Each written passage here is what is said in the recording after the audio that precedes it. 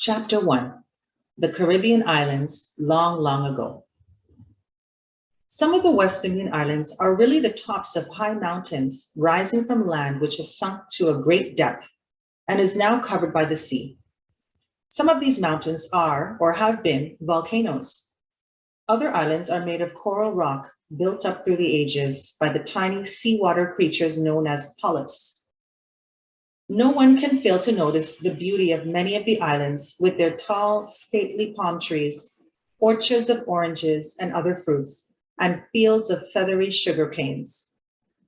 There are brightly colored birds in the trees. In the deep blue sea, fish as gay as butterflies flit among sea gardens of seaweeds, which wave fans of mauve, purple, and yellow.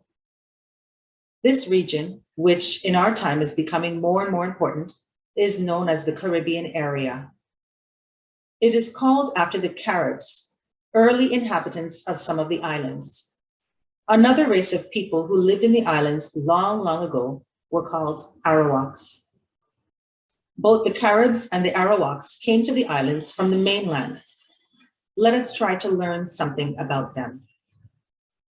It is thought that the first people who lived in the great continent we call America came there from the northeast of Asia, traveling across a land bridge, which at one time joined the two continents. Then the land sank, and the sea rushed in and separated them as they are today. But a chain of islands still exists to remind us of the old lost land bridge.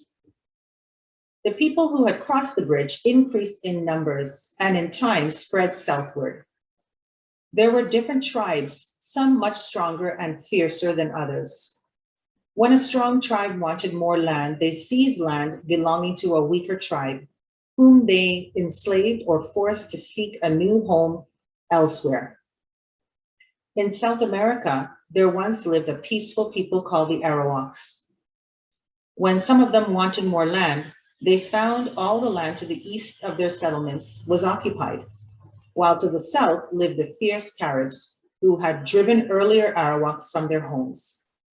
The Arawaks moved farther and farther north, but the Caribs followed. At last, the Arawaks reached the narrow strip of sea between the north coast of South America and the island now called Trinidad. They made canoes by hollowing out trunks of trees and crossed to the island. From Trinidad, they spread in time as far as Cuba, Jamaica, Hispaniola, and other islands, including the Bahamas. For more than 500 years, they dwelt on the islands in peace. The first islanders lived in caves, fishing and hunting and gathering roots and fruits for food. But later they learned to build huts and to grow crops of cassava, yams, potatoes, and other roots.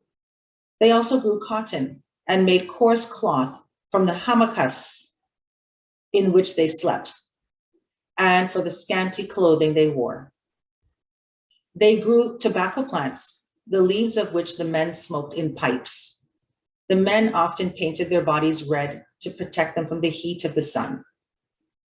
The Arawaks made stone axes to which they fixed handles. The axes were often made of hard rock, sharpened by rubbing. On islands where stones were scarce, the earlier settlers used seashells for knives and fish bones for spearheads.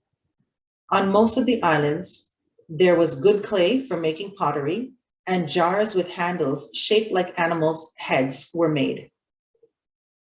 An Arawak village consisted of huts made by planting branches of trees in the ground and covering them with a thatch of reeds and palm leaves. There were no windows. The only light entered by the door. Each little village was the home of a family. The father had his hut in which he lived with his wives and unmarried children. The married sons and daughters had their own huts. The god house, where the images were kept, stood in the middle of the village and was swept and cared for by the men and boys. The images, called zemi, were made of clay, wood, or stone. They were shaped with human, bird, or reptile forms. After centuries of peace, the Arawaks were followed to the islands by their old enemies, the Caribs. The Caribs were shorter people than the Arawaks, but stronger, fiercer, and in many ways more skillful. They were clever workers in wood and made canoes 40 feet in length, which would carry 40 men.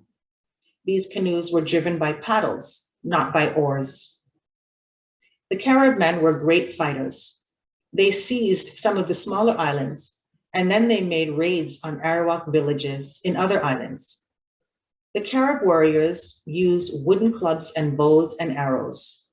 They could shoot as well when swimming as when on land. When attacking an Arawak village, they often tied to arrow strips of cotton dipped in oil and set them alight. These fiery arrows were shot into the thatch of the huts, which burst into flames. The raiders carried off Arawak women and girls, making them their wives or treating them as slaves. The Arawak men were killed if captured and usually eaten. While the Carib men and boys were away hunting or raiding, the women stayed at home, looking after the crops of maize, cassava, and yams, and making pottery and weaving cloth. They dyed the cotton thread and wove it into beautiful patterns. In most of the Carib villages, 2 languages were spoken. The men and boys spoke the Carib language. The women and girls spoke the Arawak tongue. Both Arawaks and Caribs played a game similar to football, using a ball made of a kind of rubber and hitting it with feet, knees, elbows, or heads, but not with hands. They also loved dancing, in which men and women took part, often dancing all through the night. An important part of their music was their folk songs. The Caribs, like the Arawaks, painted their bodies red, and on special occasions, they wore splendid headdresses of feathers. Both men and women often wore necklaces, bells, and earrings of gold, colored stones, and shells. Axes, spearheads, and other articles belonging to these people long ago have been found in caves in most of the islands. There are also a few of their rock drawings. These old pictures are often found in caves near a waterfall.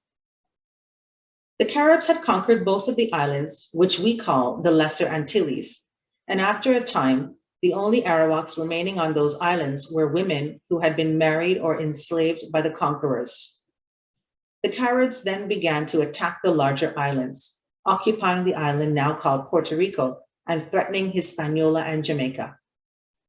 But their further advance was stopped when other conquerors came from Europe. The Spaniards had appeared on the scene, yet the whole region of the islands is still known as the Caribbean area, after the Caribs, those fierce and skillful warriors who had conquered the Arawaks long, long ago.